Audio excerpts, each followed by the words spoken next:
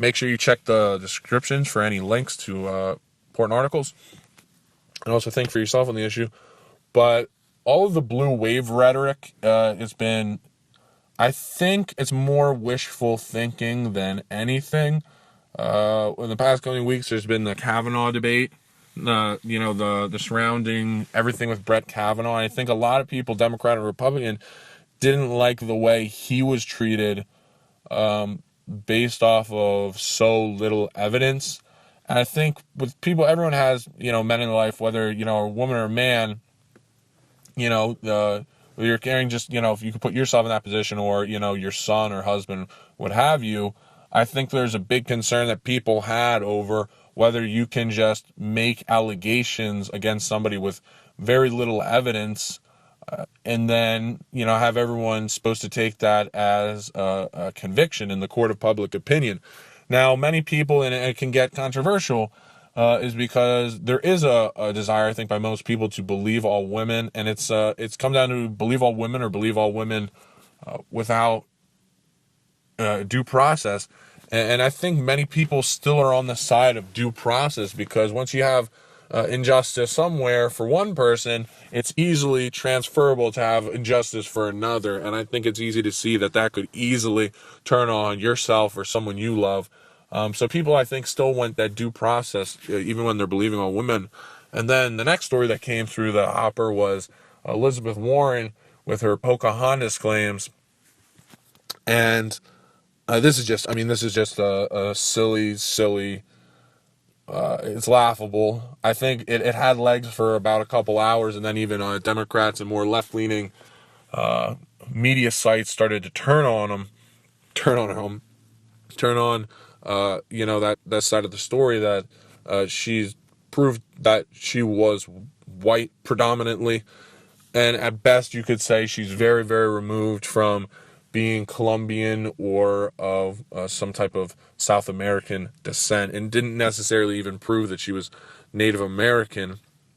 And it just gave people who are more right-leaning another chance to joke about Pocahontas. And I think people in the base of Trump's base find that funny.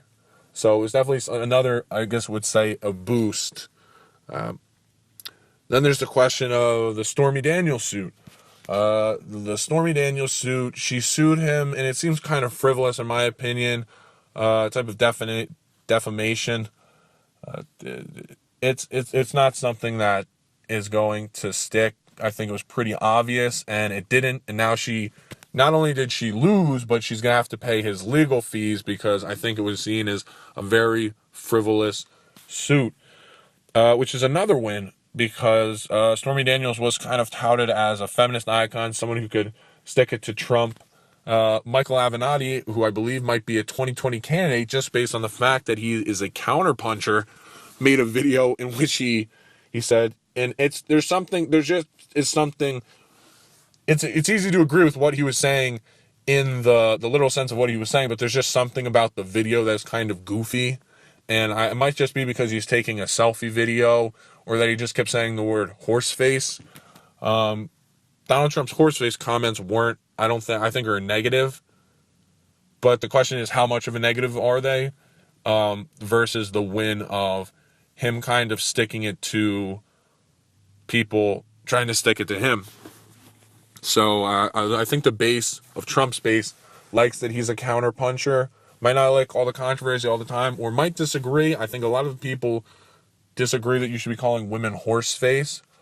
But in the political arena, I think a lot of Republican Party, or whatever you would say is Trump's base, likes that when he is in that political arena, he is not afraid to take swings, regardless of identity politics or what have you. And I wouldn't even say just common courtesy is part of identity politics, but sometimes he crosses the line, and I think people kind of give him more of a benefit of the doubt or more leeway just because of all of the criticism, unjust criticism that can happen to people when they are in that political arena.